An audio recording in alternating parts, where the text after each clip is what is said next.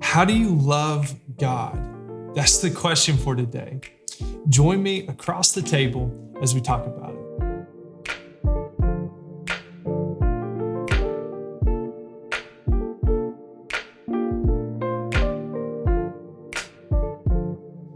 So go ahead and think about one thing that you absolutely love.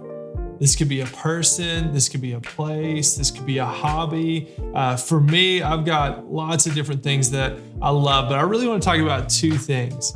That is my son, Asher, and my son, August. If you don't have kids and you really have no idea what I'm talking about, this incredible type of love that people always talked about, said you'll have no idea what it means to love somebody until you have a son or a daughter. And let me tell you, there is so much truth to that. I love my two sons more than anything. Love them to death. And what's crazy is that the love has just increased more and more as the older that they get. It's like I get to learn more about them. I get to see who they are. I get to see their personalities grow. And you probably feel the same way. Maybe there's just a special someone. Maybe it's your niece or your nephew. Maybe it's your mom or your dad or your grandma or your grandpa. You know, it could go on and on. Or maybe it's a hobby. Maybe you absolutely love shoes. Maybe you're a sneakerhead. Maybe that's what you're just in love with. You know everything there is to know about shoes.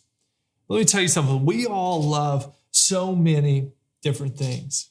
Love is inevitable. It's a part of who we are. It's how we were made. It's how we were created. But I will say that our love is imperfect. We are not perfect creatures. We are not perfect people who love people perfect. We are messy. We are full of mistakes. But our love can grow and our love can deepen. So when we're asked the question, how do you love God?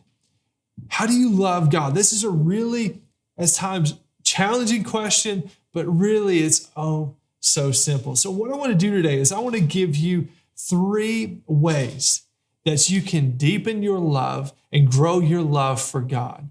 In the same way that you grow and you love your wife more or your husband more and more over time, we can have the same thing, the same experience with God. Number 1, know who God is. Know God. Loving is truly knowing.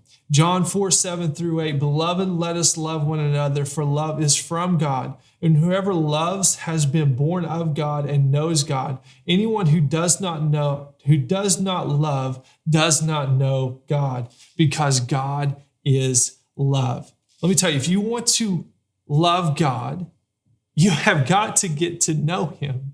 In the same way that in order for me to love my wife, I have to get to know her. I have to get to know her ins and her outs. And that happens over time. It happens over time by spending time together.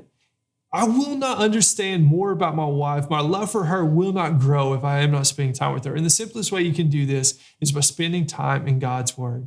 The Bible is literally God's autobiography. It tells you the ins and outs. It tells you His characteristics. It tells you about His story. It tells you about just His purpose and His plan. There's so much that can be learned from God's Word. So if you want to know God on a deeper level and to love Him deeper, you have to be in God's Word. Number 2 is to obey His commands. If you love me, you will obey what I command. That comes from John 14:15. See, imagine the commandments as guardrails.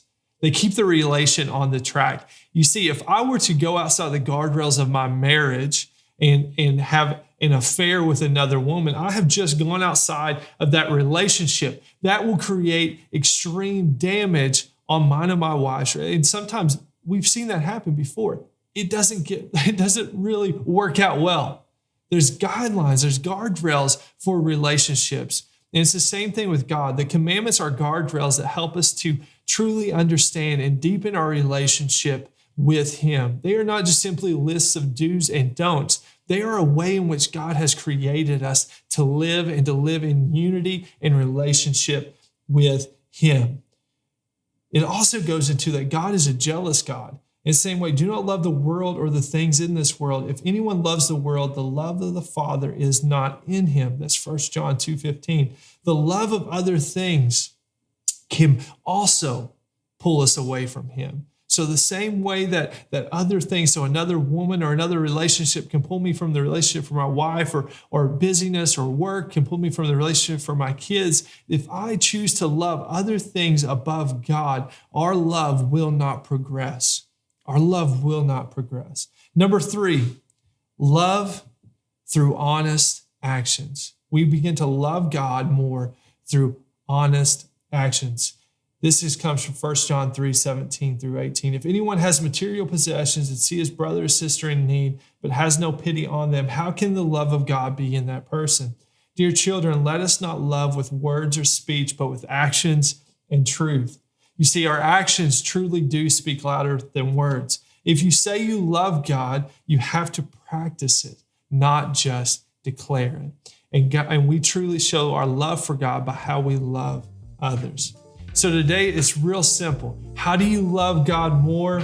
You get to know him by reading his word. You obey the commandments that God has laid out to keep the relationship in the right track. And then you love through honest actions and honest deeds that he has laid out. You love in the same way that he has loved. You see, it is possible to deepen your relationship with God and with Christ, but it takes a commitment to that relationship to pursue him deeper and to pursue a more meaningful relationship with him.